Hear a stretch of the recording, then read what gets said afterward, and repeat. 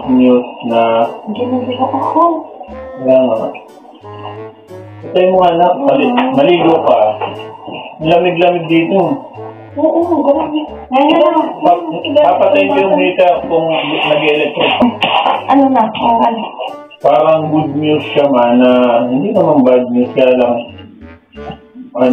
parang may gastos na naman na mangyari. Tapos ang sabi kasi doon sabi niya kailangan yung CR daw po pwede ma-approve, sure na ma-approve yun. Pero kailangan po para mas mabilis ma-approve, babalik muna ng Philippines. Ayun, lahat? Ayun, lahat? Tapos, mag-medical, dun po dapat manggagaling ng medical sa Philippines. Tapos, parang ang aantayin po, parang pinakamatagal na daw po yung 2 years. 1 year to 2 years. Pero, sure daw. Mag-stay muna kayo doon? Oo, ganun po. Ng 1 to 2 years? Ng 1 to 2 years? What? Pero sure naman daw po yun na lalabas. Kasi di ba yung mga nagbabago-bagong policy na? Oo. Yun ba? Kaya good news po siya na parang bad news kasi gagastos. Kaya siguro po sabi ni Miss Kim, siyang magsabi para ma-explain po niya ng mas. Pero yun po yung pinaka-explanation.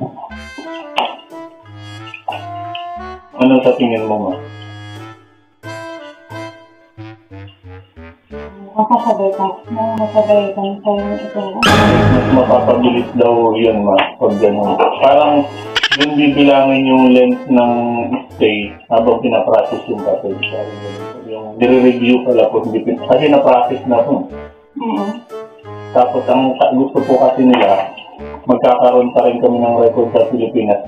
Parang, di ba may PR? Parang katulad na ng sinasabi ninyo na, yung pag doon galing yung kukunin na tao, mas mabilis ma-PR. Parang ganun din po yung mangyayari. Kasi parang ang gusto yata talaga man ng Canada, gagastos pa rin, ganun. Makakakuha pa rin sila, hindi sila basta-basta.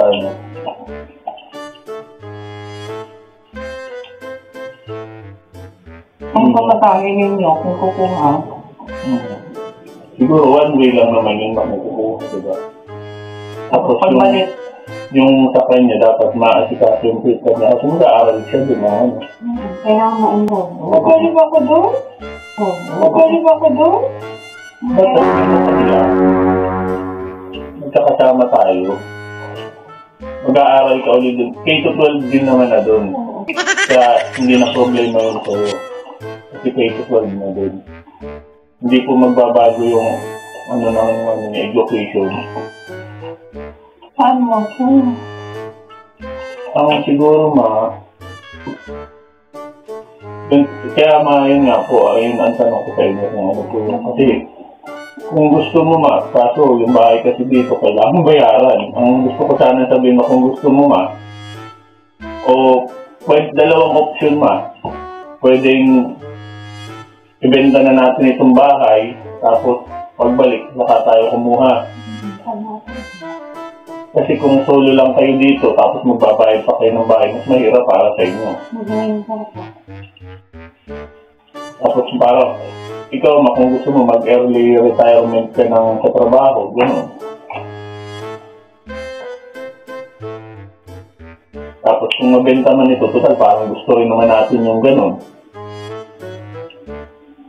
Kukuha tayo ng malapit na siguro sa school, ngayon. Masakali. Pero, yun nga po, siguro yun na talaga yung nun. Kasi sabi naman po doon, yung PR nun, kumbaga yun yung kulang, parang job po, para maka-final stage. Talagang inaano talaga tayo Ang iniisip ko pa yung trabaho ko kung i-renew ba namin muna yung papel para makapagtrabaho. Kasi pag ni-renew namin yung papel, hindi na po yung oras na kailangan i-stay muna sa Pinas namin. Kung hindi din naman pwedeng sila lang maunang umuwi, maiwan ako kasi ganun pa rin, kasi isang ano kami. Saka ako ang applicant. Hindi po pwedeng may maiwan sa amin. Parang ang lalabas nun, parang TNT. Ganun. Saka hindi rin ako nakapagtrabaho nun na legal. Kasi may government, record.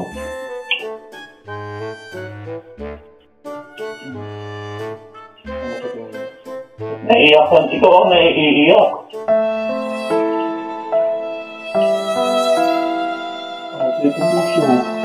Hindi. Mas may kaya masabi ko naman dito ka sa harap. Walang nakakaiyak doon. Kasi babalik naman dito. Intindihin natin yung sitwasyon. Kasi kung ipipilit natin, baka lalo hindi tayo makabalik. Tapos parang magmamatigas tayo sa gobyerno. Mas ayaw nila, baka maano pa dito matibay ma-blacklist. Imbis na nandun na tayo malapit. Di ba gusto mo rin namang umuwi? Pansaman, sabihin natin 1 year, 1.5 year, gano'n. Sila pa rin yung magiging kaklase mo. Magkakaroon ka lang ng ibang banding sa Pinas, gano'n. Pwede yung mangyayari nun halimbawa, napag-desisyonan ni mama na ibenta itong bahay. Kukuha tayo ng panibago malapit sa school. Gano'n.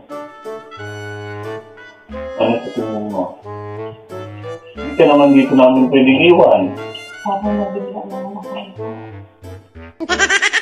Pero meron siyang result na pwede mangyari. Kasi government na mismo yung nagsabi.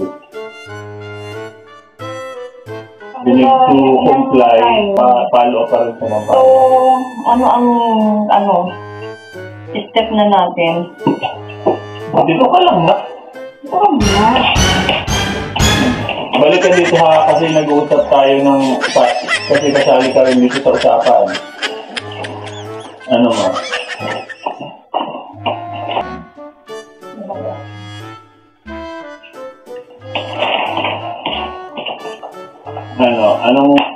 Kayo yung tatanungin namin mo kayo kasi kami, kumbaga yung sabi nga namin na kung ano yung ano sa tingin ninyo ang magandang suggestion po ba? Ikaw, anong masasabi mo? Kasali ka dito sa usapan? Kasi nasali ka na. Ito nakalaga din yung mo.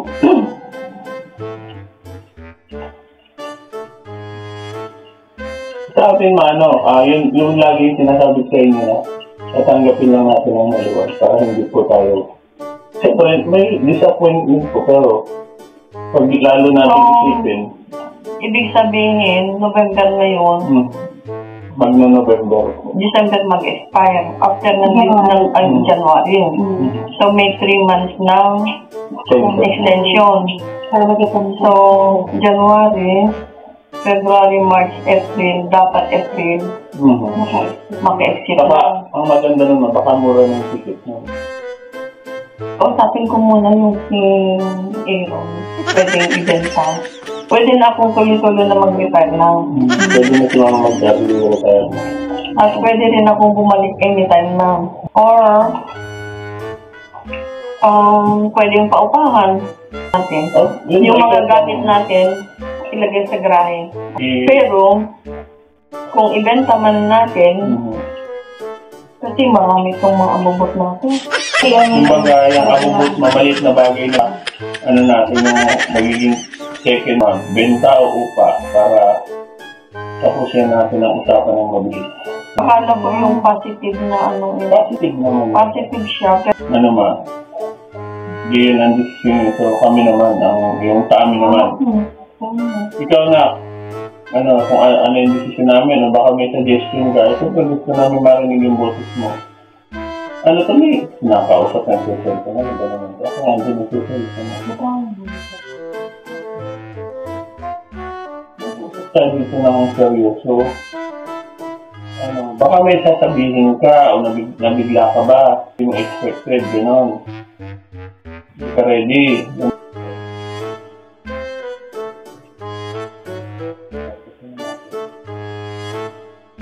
Papaikliin ko na lang yung decision mo na siguro Ang pagkakain dito kasi madun sa sa email. Sabi dito, ang pagkakain hindi ko malito sa Tagalog. Yung permanent residency daw namin, kailangan ma-update. Kailangan ma-update sa portal. Tapos pag nakumpleto na namin yun, pag nakumpleto na po yun, ipapadala na dito yung PR ID. Pero uuwi doon. Pag nakauwi na kayo, doon yung aayusin. Hindi siguro dito na po sa bahay. Siguro after mga 1 month. So, November. After 1 month, dadating ako yung PR namin. Ano? What? After 1 month, dadating ako yung PR namin. Ano?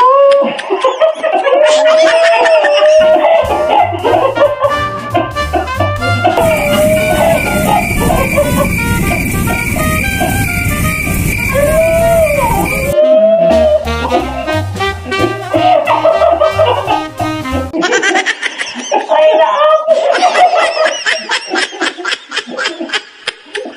Magaling na ako. Magaling ako. Magaling na ako. Magaling ako. ano? Ulitin mo. Ano ba yun? Sabi. Your application of permanent residency is now ready for finalization. Pending.